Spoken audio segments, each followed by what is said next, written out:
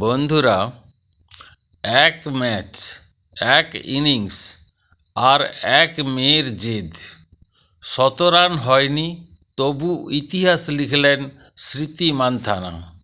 Royal Challengers Bengaluru দ্বিতীয়বার champion. আর অন্যদিকে আরও একবার ফাইনালে স্বপ্নভঙ্গ দিল্লি ক্যাপিটালসের। টানা ৪ বার ফাইনাল আর ৪ বারই হার। এই প্রথমবার দুই দলের কাছে পুরুষ ও মহিলা আইপিএলের দুটি ট্রফি। তবে কোহলিদের থেকে এগিয়ে মান্থানারা। দুটি ট্রফি এখন বেঙ্গালুরুর মেয়েদের দখলে। টসে হেরে ব্যাট করতে নেমে ধীর শুরু দিল্লির। পাওয়ার প্লেতে উইকেট পড়েনি, কিন্তু রানও আসেনি। শেফালি থামলেন ২০ রানে, লিজেন্ডারি করলেন ৩৭। তারপরেই গতি আনলেন জেমাইমা ও লরা উলভাট। বেঙ্গালুরুর বোলাররা তখন দিশেহারা। শেষ পর্যন্ত ২০ ওভারে ২০৩ রান।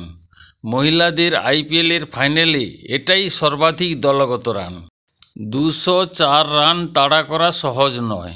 বড়োদরায় এই মরশুমে মাত্র একবারই ১৬০-এর বেশি রান তাড়া করে জিতেছে কোনো দল। কিন্তু চাপ মানতে নারাজ স্মৃতি মান্থানা। সঙ্গী জর্জিয়া ভল।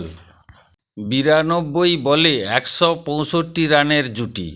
এই আইপিএলে প্রথম ১০০ রানের ওপেনিং পার্টনারশিপ। ২৪ বলেই অর্ধশতরান মান্থানার। হঠাৎ ভাঙে জুটি। ডল ফেরেন ৭৯ রানে। রিচা ঘোষও আউট। শেষ ১২ বলে দরকার ১৮।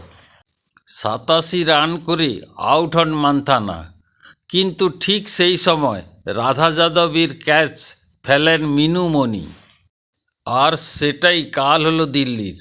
পরপর দুটি ৪। দ্বিতীয়বার চ্যাম্পিয়ন রয়্যাল চ্যালেঞ্জার্স বেঙ্গালুরু। ব্যক্তিগত জীবনে ঝড় এসেছিল, বিয়ে ভেঙেছে, আলোচনা থামেনি, কিন্তু মান্থানা ফিরেছেন তার একমাত্র ভালোবাসার ক্রিকেটে। ১০০ রান নয়, ট্রফিই তার আসল জবাব।